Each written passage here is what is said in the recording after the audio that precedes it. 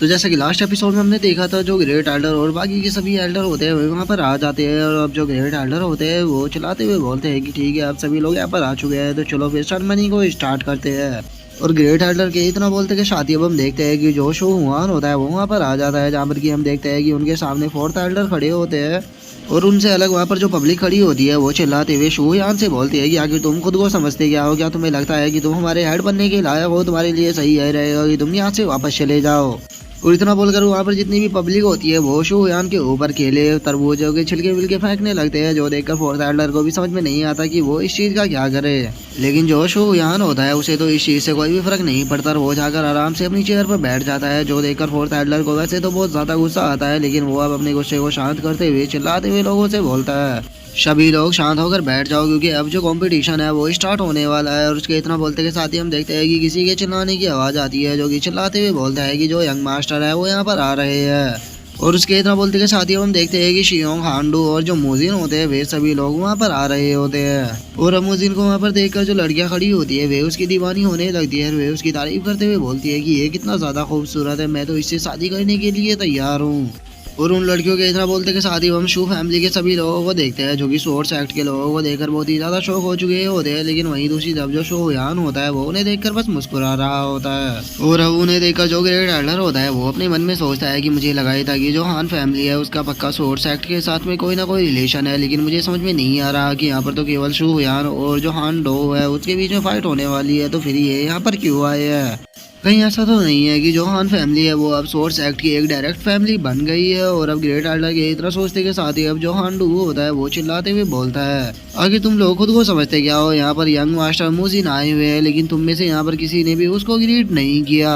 और इतना बोलकर अब जो हांडू होता है वो चिल्लाते हुए उन लोगों से बोलता है कि क्या तुम यहाँ पर यंग मास्टर मुजिन को इग्नोर कर रहे हो? क्या तुम नहीं जानते कि आखिर यंग मास्टर मुजिन कौन है?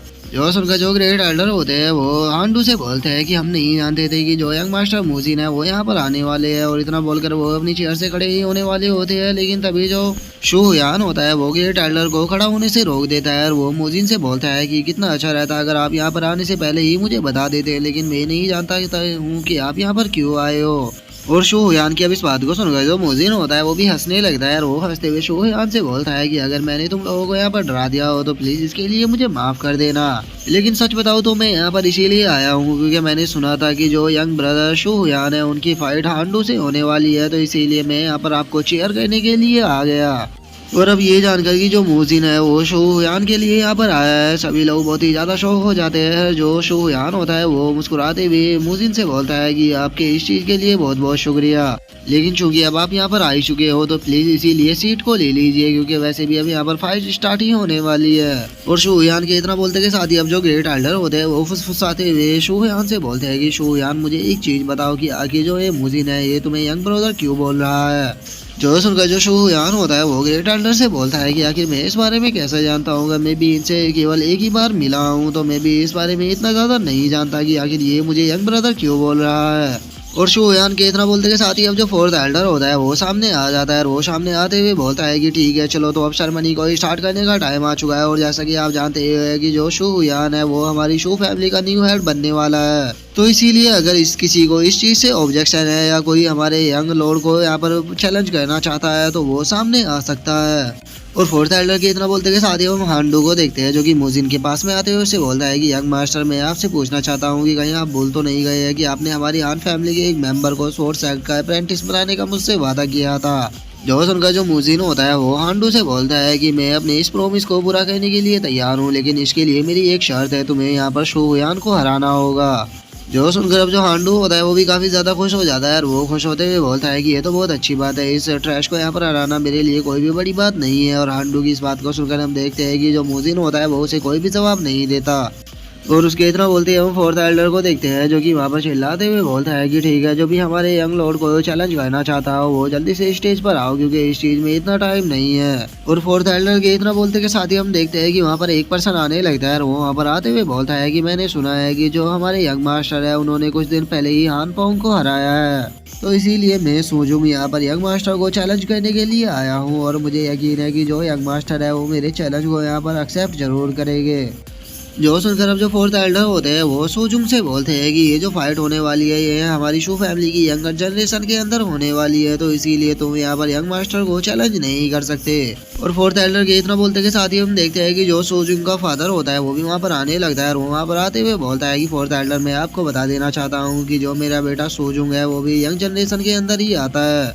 और अगर मेरे बेटे की एज की बात की जाए तो मेरे बेटे की एज इतनी ज़्यादा नहीं है, वो अभी कुछ दिनों पहले ही 16 साल का हुआ है। और उन दोनों बाप बेटों की इस बात को सुनकर जो फोर्थ एल्डर होता है वो उसे भी अब कुछ भी समझ में नहीं आता और वो हंसते हुए बोलता है कि ठीक है अगर ऐसी बात है तो ये चैलेंज कर सकता है। जो सुनकर जो शू यान होता है वो काफी ज्यादा शौक हो जाता है और वो शौक होते हुए बोलता है कि क्या ये 16 साल का है, लेकिन ये देखने में तो ऐसा लग रहा है कि जैसे कि ये बूढ़ा हो चुका हो। और शू यान के इतना सोचते के साथ ही अब जो शू जुंग होता है वो शू यान से बोलता है कि यंग मास्टर तैयार हो जाइए क्योंकि अब मैं फाइट को स्टार्ट करने वाला हूँ। और उसकी इस बात को सुनकर हम देखते हैं कि वहाँ पर जो लोग खड़े होते हैं वे आपस में बातें करने लगते हैं और उनमें से एक पर्सन हंसते हुए बोलता है कि तुम्हें क्या लगता है कि यहाँ पर इस फाइट को कौन जीतेगा। जो सुनकर जो दूसरा पर्सन होता है वो पहले वाले से बोलता है कि ये तुम किस प्रकार की बेफालतू की बकवास कर रहे हो, ये तो यहाँ पर हर कोई जानता है कि जो सोजुंग है वही इस फाइट को जीतने वाला है क्योंकि सोयान यहाँ पर बस एक कचरा है। और उस बंदे के इतना बोलते के साथ ही हम सोजुंग को देखते हैं जो कि हंसते हुए बोलता है कि चलो फाइट को स्टार्ट करते हैं। और इतना बोलकर अब जो सोजुंग होता है वो फाइट के लिए तैयार होने लगता है और वो एकदम से जंप कर शोहुयान की तरफ आने लगता है। और वो शोहुयान के पास आने के बाद उसके ऊपर अटैक करते हुए उसे बोलता है कि मेरी जो स्किल है वो बहुत ज़्यादा अच्छी है और मुझे पक्का है कि नहीं कि तुम्हें ये काफ़ी ज़्यादा पसंद आएगी। और इतना बोलकर वो शोहुयान के ऊपर अटैक करने ही वाला होता है, लेकिन जो शोहुयान होता है वो अपनी स्पीड का इस्तेमाल कर उसके अटैक से बहुत ही आसानी से बच जाता है। और उसके अटैक से बचने के साथ ही अब जो शोहुयान होता है वो सोजुंग के सर को पकड़ते हुए उसे बोलता है कि तुम्हारा अटैक इतना भी ज्यादा बुरा नहीं था।